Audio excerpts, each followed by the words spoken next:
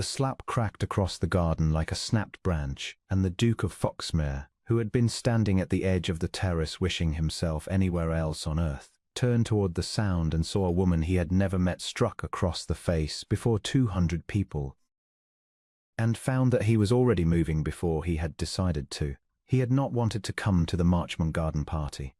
Sebastian, 4th Duke of Foxmere, a man of 36 with a reputation for coldness, he had earned honestly and cultivated on purpose.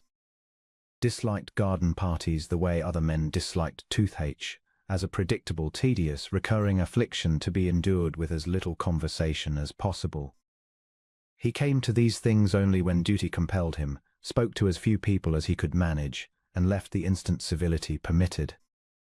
He had chosen his position accordingly, at the far edge of the terrace, half shadowed by a stone urn spilling over with roses, from which vantage he could observe the whole bright, cruel machinery of society without being drawn into it, which was how he came to see the whole of it. The young woman had been standing near the roses on the lower lawn, a little apart from the crowd, in a gown that was clean and neat and unmistakably several years out of fashion, a pale muslin, mended at one shoulder, worn with the careful dignity of a woman making the best of what she had. She was not one of the glittering ones. Sebastian had noticed her earlier, in the vague way one notices a quiet figure at the margin of a loud scene, and had thought without much interest that she had a striking face, grave, fine-boned, with a stillness to it that the fluttering debutantes around her entirely lacked. She had been standing by herself, holding a cup of lemonade she did not drink, watching the party as one watches a fire from the cold side of a window, and then an older woman had swept down upon her. Sebastian did not know at first who the older woman was. He learned later. But he could read the shape of it well enough from where he stood. The elder woman, richly and expensively dressed, her face handsome and hard, bearing down on the young one with the particular predatory energy of a person who has found, in a crowd, a safe target to be cruel to. There had been words. Sebastian could not hear them from the terrace, the older woman's face contorting with a venom she made no effort to disguise, the younger one's going pale and very still. And then the older woman's hand had come up and swung, and struck the young woman full across the cheek, hard enough that her head snapped to the side, hard enough that the crack of it carried the length of the garden and stilled every conversation on the lawn. For a heartbeat, the whole party froze, and in that frozen heartbeat, Sebastian saw two things that decided him. He saw the young woman not cry out, not clutch her face, not flee, but slowly, deliberately, straighten her spine and lift her struck cheek, and turn back to face the woman who had hit her, in a silence more dignified than any protest could have been, refusing even now to give her tormentor the satisfaction of a public collapse. And he saw the crowd, the bright, glittering, watching crowd of his own class, do the thing that crowds of his class always did. They did not move to help her, they did not cry shame. They drew back a half step altogether, the way water draws back from a stone, and their faces arranged themselves into expressions of delicious scandalized interest, and Sebastian understood that not one of the 200 well-bred people on that lawn intended to lift a finger for the girl in the mended muslin. They intended to watch. They intended to enjoy it. They intended to go home and speak of it for a fortnight, and to conclude in the end that the girl must somehow have deserved it, because it was more comfortable to believe that than to have stood by and done nothing while a woman was struck in a garden.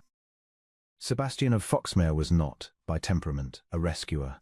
He had spent his life perfecting the art of not caring what happened to the people around him, because caring, he had found, was expensive, and he had paid the price of it once, long ago, and had resolved never to pay it again. He was called the Cold Duke, the Iron Duke of Foxmere, and he had never troubled to correct the reputation, because it kept people at the distance he preferred. But he found, now that his feet had already carried him off the terrace and down the shallow stone steps and onto the lawn, and that the crowd was parting before him as it always parted, and that the elder woman's hand was rising again, rising for a second blow, emboldened by the crowd's silence, by the young woman's refusal to cower, by the intoxicating discovery that she could do this in public and no one would stop her, and Sebastian caught her wrist. He caught it in mid-air, an inch from the young woman's face. his hand closing around the older woman's forearm with a firmness that was not quite violence but left no possibility of argument, and he held it there, arrested, in front of the entire silent garden. And the woman turned to see who had dared, her face still ugly with its interrupted rage, and found herself looking up into the cold, dark eyes of the Duke of Foxmere. "I think not," said Sebastian. His voice was very quiet. He did not raise it. He had learned long ago that a quiet voice, in a silent room, carries further and cuts deeper than any shout, and this garden was very silent now. 200 people had stopped pretending not to watch and were watching openly. And the only sound was the small, ordinary sound of a fountain somewhere behind the roses, and the Duke of Foxmere stood on the lawn with a cruel woman's wrist locked in his hand, and put himself, deliberately and immovably, between her and the young woman in the mended muslin. "Your Grace."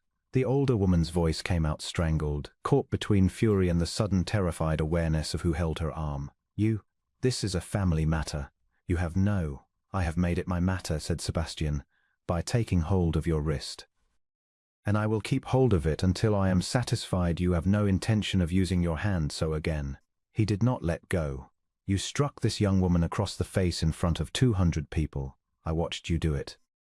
And then, madam, I watched you raise your hand to do it a second time, not in the heat of a quarrel, but slowly at your leisure, because you had discovered that no one here intended to stop you. You were wrong about that. Someone did intend to stop you. I find I am that someone.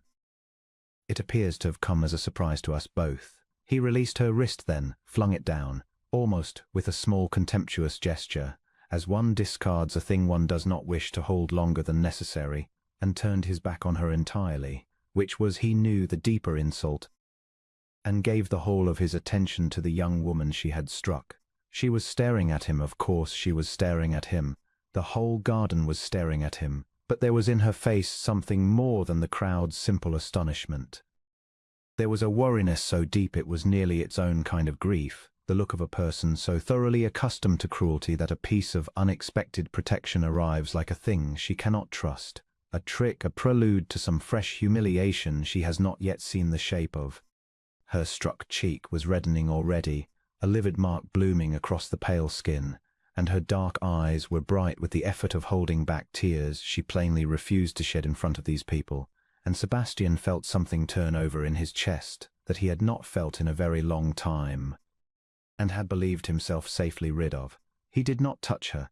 He understood, without being told, that she had been touched enough today, and not gently.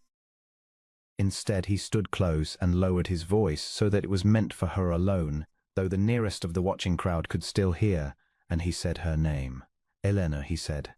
He had learned it not 2 minutes before, from a whisper in the crowd as he crossed the lawn. "Miss Vance." Miss Eleanor Vance, someone had murmured, and the stepmother. Oh, the stepmother. And he did not know why he chose to say it now, in that low, steady voice, except that he had watched a woman be struck and stripped of every dignity in front of 200 people, reduced to an object, a thing to be slapped and scorned, and he wished, more than he had wished anything in years, to give her back one small piece of what had been taken, to speak her name, as a person's name, as the name of a woman who mattered, and not as the whispered scandal the crowd was already making of her. He watched the effect of it move across her face. He watched her hear her own name spoken kindly, in a garden where she had just been struck by a man she had never met, and he watched something in her carefully held composure crack, not into collapse, but into a kind of terrible, disbelieving hope, as though no one had spoken to her gently in so long that she had forgotten the sound of it. "You know my name," she said. Her voice was low and unsteady, and she was fighting to keep it level. "I do not know yours, Your Grace. I do not know why you would." She stopped. Her eyes flicked, once, to the watching faces and to the older woman standing rigid and furious behind him, and came back to his. "You should not have done that. You do not know what you have done. She will make me pay for it. She always makes me pay. It would have been better to let her strike me twice and be done." "It would not have been better," said Sebastian. "It is never better to let cruelty go unanswered because the answering is inconvenient. I know that lesson well, Miss Vance. I learned it too late, once, and it cost me a great deal, and I have not forgotten." He held her gaze. "Who is she?" "My stepmother. The word came out flat, exhausted, a fact worn smooth by long carrying. Lady Vance. My father married her when I was 15. He died 2 years ago and left everything to her in trust and me in her keeping until I should marry, which she has taken very good care I shall not do. For an unmarried stepdaughter she can command is worth a great deal more to her than a married one she cannot. I keep her house.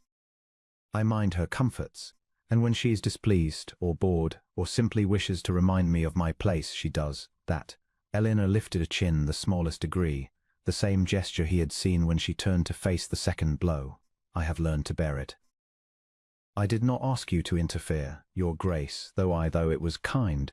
It was the first kind thing anyone has done in this garden today. But you have a great name and a great deal to lose, and I have neither, and by tomorrow the whole of society will have decided that I somehow contrived to have a duke defend me, and it will be one more sin laid at my door. So I thank you. And I beg you to walk away now and let me manage her as I always do. Sebastian looked at her for a long moment. And he thought that in 36 years he had met a great many women who wanted things from him, his name, his fortune, his consequence, his hand, and that this was the first he could remember who was trying, out of some worn-down protective instinct, to send him away for his own good. No, he said. Eleanor blinked. Your Grace, I said no. He turned his head, unhurried, and looked at the assembled crowd, the 200 well-bred people who had watched a woman struck and drawn back to enjoy it, at their scandalized faces, at Lady Vance standing white and shaking with rage among them, and he raised his voice now for the first time, and let it carry to the farthest of the garden. I find I have something to say to all of you, since you have all made yourselves witnesses. I have stood among you at a great many of these gatherings, and I have thought you tedious, and I have never troubled to think worse of you than that. I was too generous. I have just watched every one of you stand by while a young woman was struck across the face, and not one of you moved. You drew back, you made room, you arranged your faces to enjoy it. And you will go home tonight and tell one another that Miss Vance must have deserved it, because that is easier than admitting you watched a cruelty and did nothing, which is its own kind of cruelty and a more cowardly one. His cold gaze swept them, and they flinched from it, one by one. You call me the cold Duke. You have said it behind my hand for years. Look to yourselves. I have never in my life struck a woman in a garden, nor stood in a smiling crowd and watched it done. Whatever I am warmer than that. The silence was absolute. And then Sebastian turned back to Eleanor Vance, and did the thing that ended the garden party and the whispering, and the whole comfortable order of that bright, cruel world, all at once. He offered her his arm. Miss Vance, he said, will you allow me to take you out of this garden? You need not stay to be looked at. You have been looked at quite enough for one afternoon. My carriage is at the front of the house, and it is entirely at your disposal, and I give you my word, which I do not give lightly, and have not given in some years, that no one in it will raise a hand to you or a voice to you, now or ever. You may go home to your stepmother's house if you wish, and I will not prevent you. But you will not walk out of this garden alone, with that mark on your face, past 200 people who did nothing, as though you were the one who ought to be ashamed.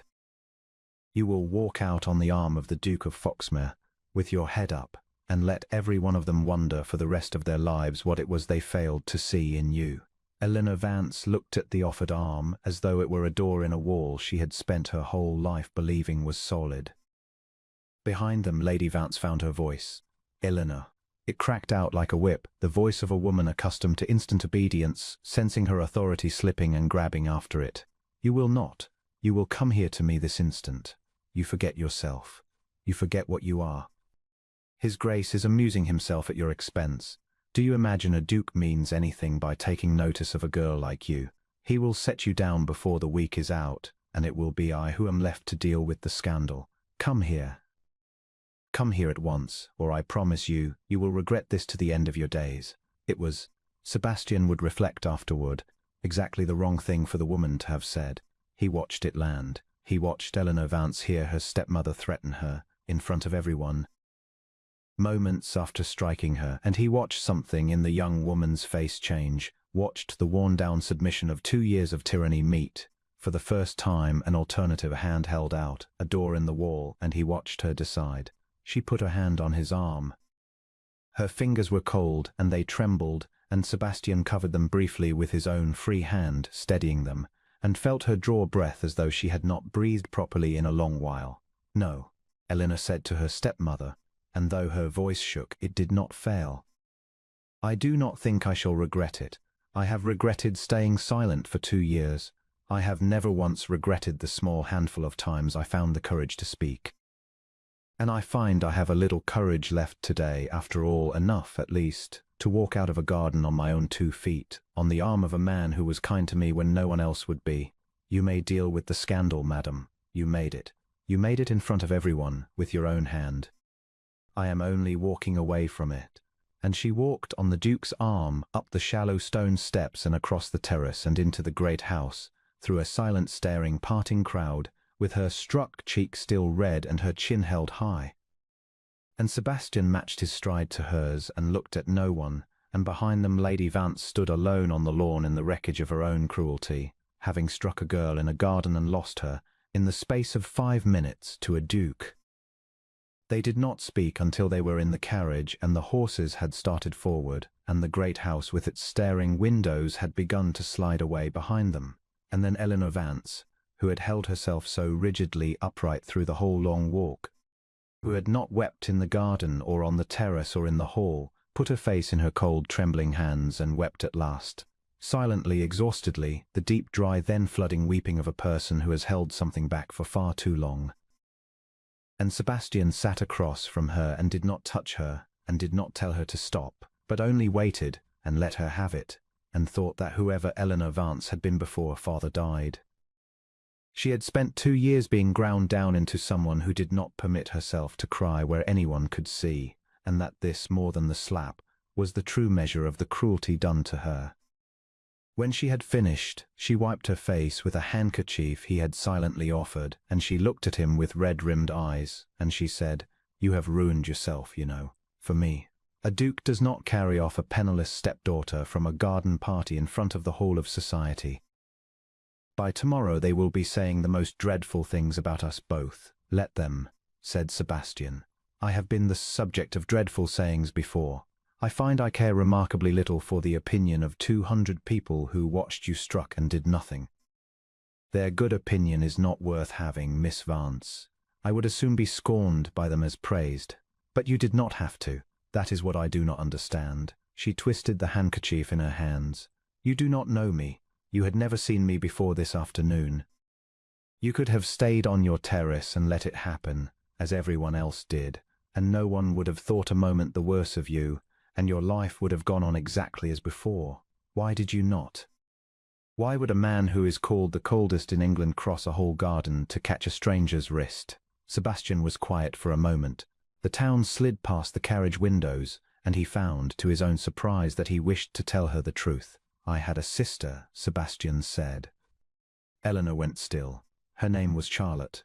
She was younger than I by 4 years, and after our parents died she was left in my keeping. I was the head of the family, the Duke, responsible for her, and I was, in those years, exactly the cold and careless man society still believes me to be. I was occupied with my own concerns. I did not attend to her as I should have.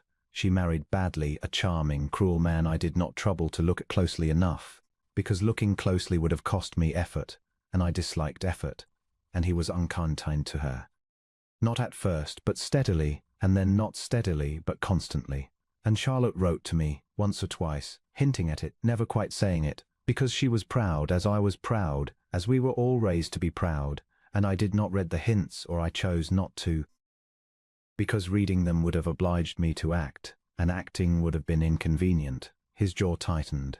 She died of a fever 4 years ago, in a house where she had not been happy for a single day, and I went to the funeral and stood at the graveside and understood, far too late, that my sister had been unkindly used for years within a day's ride of me, and had reached out to me for help, and I had not come, because I was cold, because I had made a virtue of not caring, because caring was expensive and I had decided I would not pay. The carriage rolled on.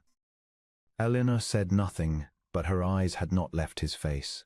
"So you ask me why I crossed the garden," Sebastian said. "That is why." I stood on that terrace and watched a woman struck across the face while a crowd drew back to enjoy it, and for one moment I was standing at Charlotte's graveside again, understanding too late what I had let happen, and I found that I could not do it a second time. I could not stand at the edge of another cruelty and tell myself it was not my concern. It was my concern. It became my concern the instant I saw it, and so I did the thing I did not do for my sister. 4 years too late, I crossed the room. It is not a heroism, Miss Vance. It is only a man trying once to be less of a coward than he was. You need feel no debt for it. You have, if anything, done me a kindness by giving me a cruelty I could actually stop. For a long moment Eleanor did not speak. And then she reached across the carriage, slowly, and laid her cold hand over his where it rested on his knee, and pressed it, once the way one presses the hand of someone who is grieving. "Then I am glad it was I," she said softly. "I am sorry for your sister, your Grace. Truly sorry. And I think, if she could see you cross a garden today, she would not think you a coward at all. I think she would be very proud." Sebastian looked down at the cold hand over his, and did not trust himself to speak for a moment, and when he did his voice was not entirely steady. "You have a mark on your face," he said, "and you have just been struck and threatened and carried off in front of the whole of society, and you are sitting in a stranger's carriage comforting him about his dead sister. Miss Vance, I have known you the better part of an hour, and I begin to think you are the most remarkable woman I have ever met." She smiled, a small, wet, astonished smile, the first he had seen from her, and it changed her whole grave face, and Sebastian understood with the clean certainty of a man who has spent his life avoiding exactly this, that he was in a very great deal of trouble. He did not take her back to Lady Vance's house. He had meant to give her the choice. He had said as much in the garden, but by the time the carriage neared the turning, Eleanor had told him quietly, haltingly, the true shape of her life in that house, the small cruelties and the large ones. The isolation carefully engineered, so that she had no friend and no ally and nowhere to go, the way her stepmother had turned away the 2 respectable men who had shown interest in her over the years, the slow deliberate erasure of a young woman who had once, she said, before her father died, laughed a good deal and hoped for things, and Sebastian had listened, and his face had grown harder with every sentence, and when she finished he said only, "You are not going back there," and Eleanor, who had spent 2 years believing she had nowhere else to go, discovered that she believed him.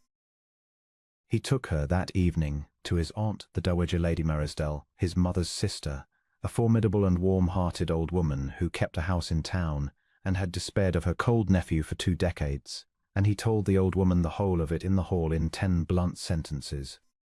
And the Dowager took one look at the mark on Eleanor Vance's face, and folded the young woman into her keeping without a moment's hesitation, and turned to her nephew with an expression he had not seen from her in years. "Sebastian," she said, "you have done a decent thing. I had begun to think you had it in you and had simply mislaid it. Go home, leave the girl with me. She is safe here, and she will stay as long as she likes, and if that dreadful woman comes to my door demanding her back, I shall enjoy myself enormously. Come tomorrow. I can see perfectly well that you will want to." He did want to. He came the next day, and the day after, and the day after that.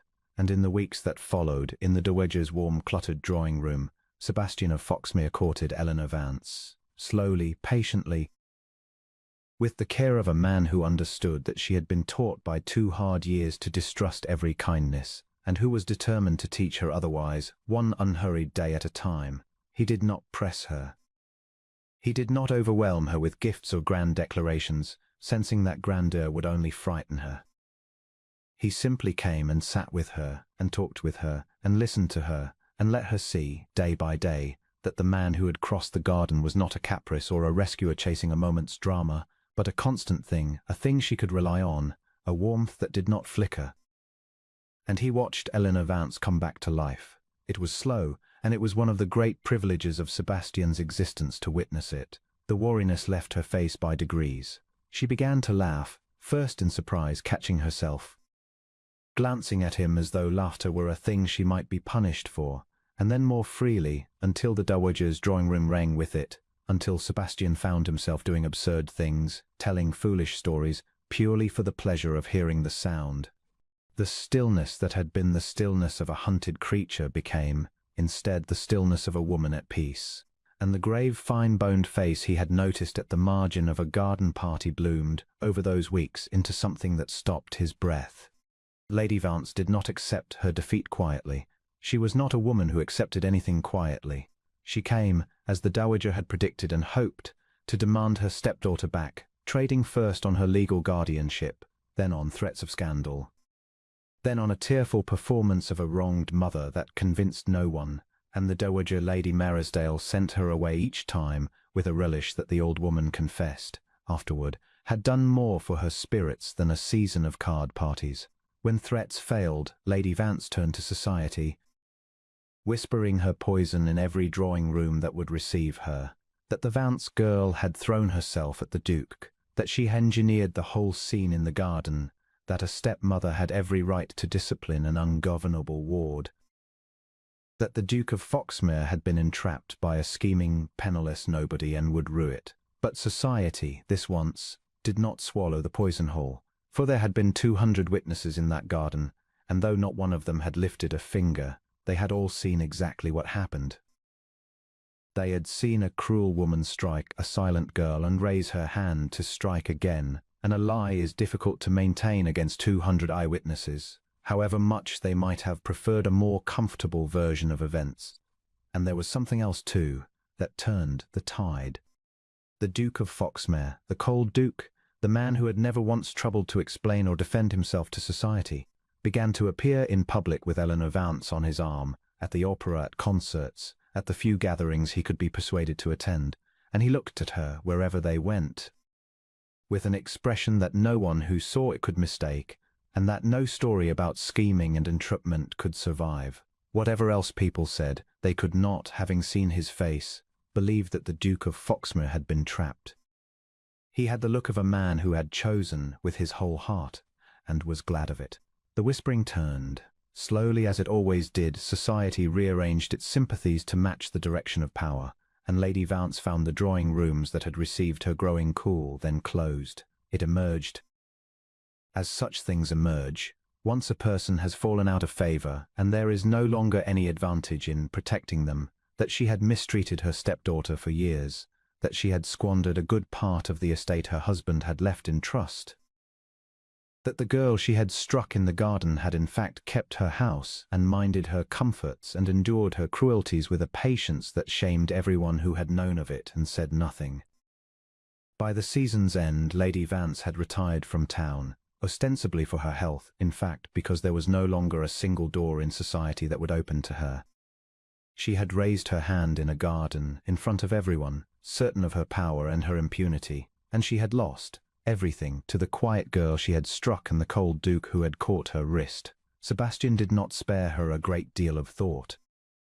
He found, once Eleanor was safe and happy, that his anger toward Lady Vance simply drained away, replaced by a kind of distant contempt too settled to require any feeding. The woman had made her own ruin. He had only, as he had done in the garden, declined to look away from it. He asked Eleanor to marry him on an ordinary afternoon in the Dowager's garden, among the late roses, with no audience at all, which was, he had decided, exactly as it should be. She had been made a spectacle once, in a garden, before 200 cruel strangers. He wished her to be asked the most important question of her life in a garden with no one watching but the man who loved her and the roses and the warm slanting light. He did not make a speech. He was not, he had told her once, a man given to speeches. He simply took both her hands and looked at the grave, fine-boned face that had come so wonderfully back to life over the passing weeks, and said what was true. "I crossed a garden for you," he said, "the first day I ever saw you, and I have been crossing it every day since, in one way or another, and I find I should like to go on crossing it for the rest of my life. I have spent 36 years being cold, Eleanor, and telling myself it was safer, and I was wrong. It was only lonely, and I did not have the courage to see the difference. You have given me the difference. You have given me warmth I did not know I was capable of, and laughter I had forgotten the sound of, and a reason to be at home in my own life for the first time since I can remember. Marry me. Not because I rescued you.